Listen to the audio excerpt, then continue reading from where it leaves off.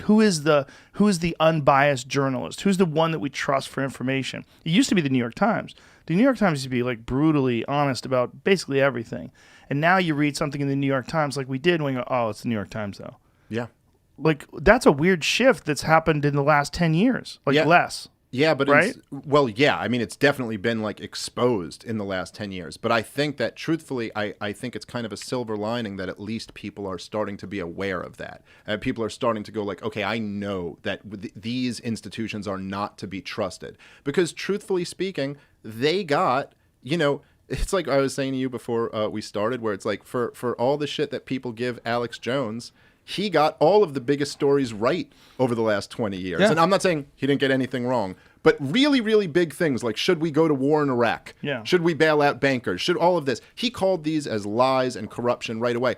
And the New York Times was selling all of these. I mean, they sold the war in Iraq. And so to me, it's not the worst thing in the world if people at least recognize that these institutions are completely compromised. And I agree with you that there is a role for objective journalism, but I would at least accept if they were like, hey, listen, we think, like what you just said, we think we have this platform and we need to use this to get Donald Trump not elected. At least be honest with it. Don't bullshit me and tell me we're just doing objective news and every single story is about how Donald Trump needs to. They don't even address it. They don't say they're doing objective news anymore. They just do their thing. Well, they call other news fake news. So they'll say the New York Times doesn't. Well, the New York Times may not, but I'm speaking in the corporate press in general. Right. They'll say like, well, there's fake news out on the internet, and even the New York Times has done stories about how social media companies need to do more to, combat fake news on the internet and things like that. But they're talking about like super hardcore QAnon type shit.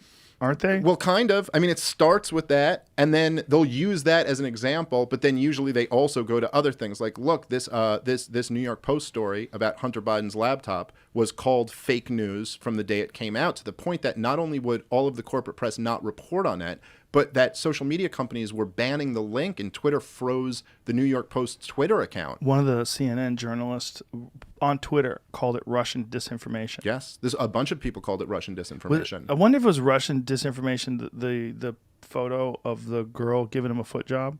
Yes. Was that Russian? That was all. She was Russian, and the foot was Russian. It was a Russian foot job. What happened to that? I kind of lost track of what was happening with the laptop, but they have they shared information of it? Rudy Giuliani sold it on eBay. Is that what's going on at the landscaping Made a thing? killing. At the Four Seasons landscaping? I don't know. This is the thing that's going on. There's almost like too much information is coming at us. Well, look, it's basically been verified that this was Hunter Biden's laptop. I mean, within any reasonable standard for a journalist to verify something. I mean, number one, the Bidens didn't deny it. Like, nobody actually came out and denied that this was. They had his signature at the repair shop, which they matched up to his signature. They've had other people on the email chains confirm that these were emails between them and Hunter Biden. So it's been pretty reasonably kind of verified that this was Hunter Biden. Now, I don't know about the crazier accusations that were made there. I mean, Rudy Giuliani said that there were pictures of underage girls and stuff like that. I don't know if that's true or not. But Rudy Giuliani did turn it over to the Delaware police. That is true, because the Delaware, a spokesman for the Attorney General, said that they received the laptop and that they sent it to the FBI. Now, I don't know why he would turn this over claiming this stuff was on there, and then they would send this to the FBI if there wasn't something, but I don't know. But what you do know, right, is that this was a story where they had these emails about Hunter Biden, who is very clearly a swamp creature, who was selling his father's name to rake in money from foreign companies. Now, truth be told, that's a kind of run-of-the-mill scandal as far as politics go. Normal. It's normal. Every senator's kid, family, wife, they all do stuff like this all the time. It's a corrupt swamp, But it's a story, nonetheless. It may not be but to just make the conscious decision that we are a few weeks out from a presidential election, this can harm Biden, and therefore we're not mentioning it. We're not covering it. We're not trying to debunk this to a bunch of people. We are trying to make sure people never get their eyes on this. Well, I think That's they creepy. felt the heat. They felt the heat from 2016, from the Hillary Clinton email debate.